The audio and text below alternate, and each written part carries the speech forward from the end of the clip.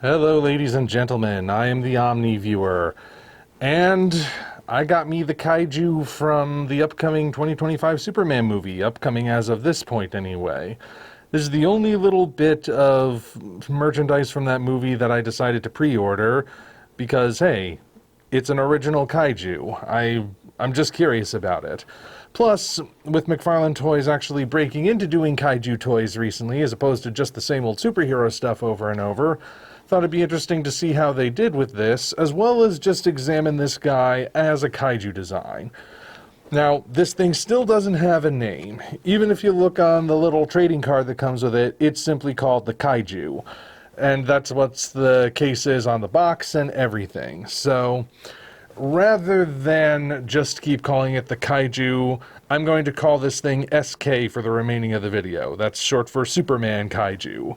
If that's okay with everyone, if it's not, well, I already filmed the video, so that's what it's going to be called for now. Okay, so as a figure, the closest thing I can compare SK to in terms of quality would be that it's an especially big Movie Monster series vinyl figure. That's what I would say. You know, Movie Monster series, what Bandai produces. And that's not just in terms of articulation, although articulation is pretty simple. You know, you can move the arms in the usual expected ways.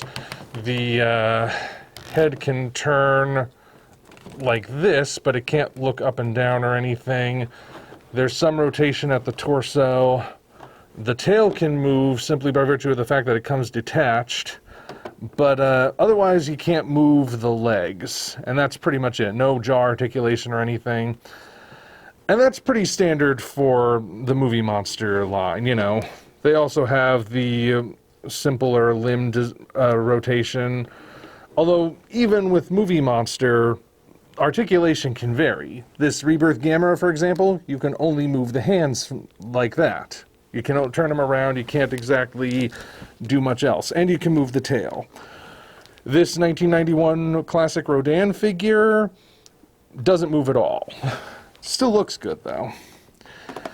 But this guy, or girl, or whatever it winds up being, it has more articulation in places than you would expect from Movie Monster, but still has a limited amount of articulation. And that's kind of curious because McFarlane's been getting into articulation recently. You know, this is a pose you can put the Flash in if you want, but you can also pose him any other way. They've recently been getting into that. So to have a figure that's got simpler articulation, especially one this big, I will admit that's kind of surprising, but at the same time, as someone who's collected those classic Bandai Kaiju figures, it does feel kind of nostalgic. Now, if we compare it to the other Kaiju figures that they've been making recently, like, say, Titano here. Now, in case you're wondering, I don't have the Kong figure yet, but Kong and Titano are basically the same thing, just with a different head and right arm. Now, as you can actually see, Titano's much taller. If I adjust the camera just a little bit here, he's a good 2 inches, I think, taller than SK. And he's also more solid. He seems to be made of harder plastic, and that's a bit more solid the whole way through. SK here is made of softer material and is lighter. And I suppose it's also worth noting, he does come with an especially large disc-shaped stand, but doesn't need it because of the tripod configuration of his body. You know, he's got the 2 feet, he's got the tail, he stands perfectly fine on his own. You can put him on the display base, but you don't really need to. Although that's more than what Titano comes with. So that is how this creature functions as a figure.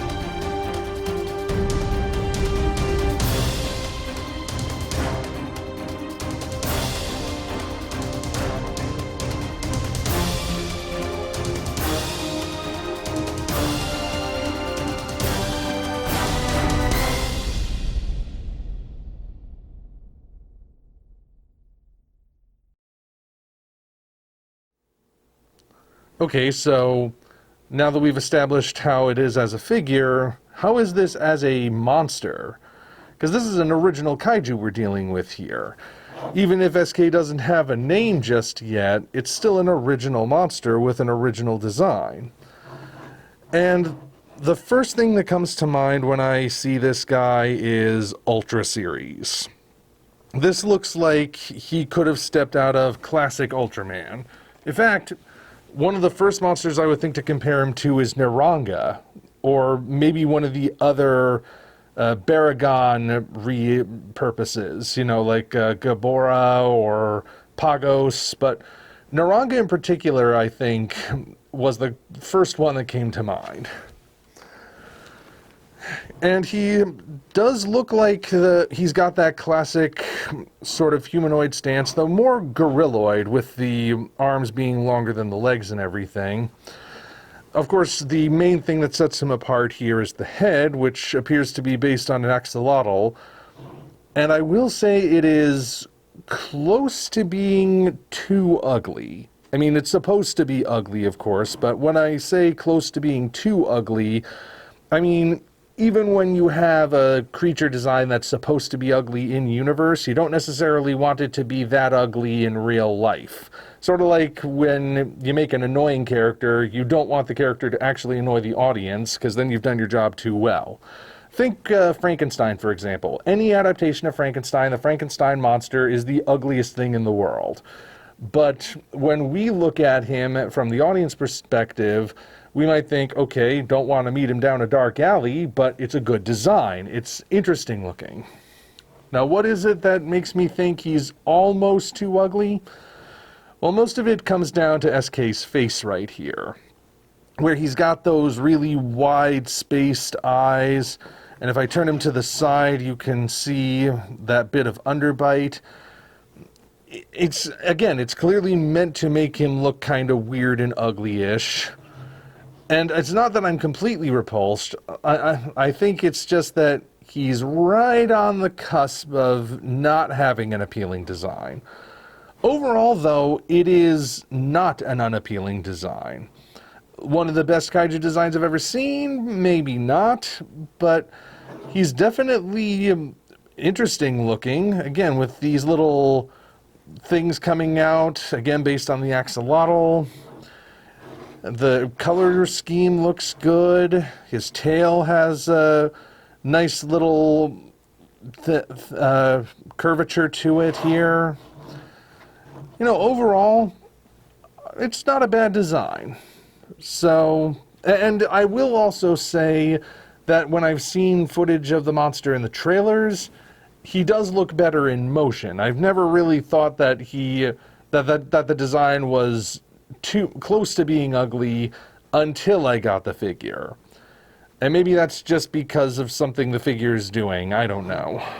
But overall, the design, again, very reminiscent of the Ultra series, and from what I've read, James Gunn actually is an Ultraman fan, so I'm not the least bit surprised to think that would have been an influence here.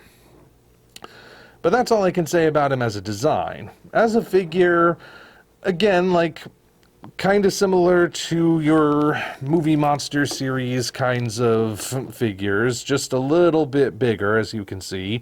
Titanosaurus is even on the tall side with the fin, and this guy's still bigger than that. Would have been nice to have a bit more articulation, and apparently we're still going to be getting the same when the MonsterVerse Godzilla comes along from McFarlane.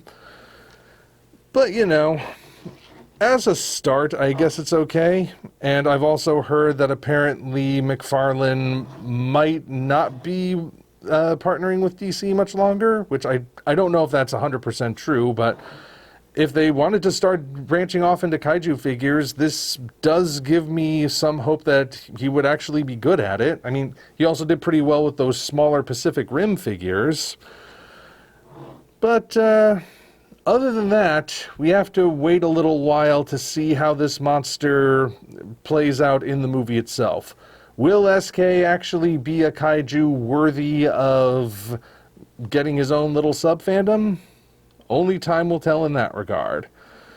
But anyway, That's SK as a figure and as a design. Until such time as we meet again, this is the Omni Viewer signing off.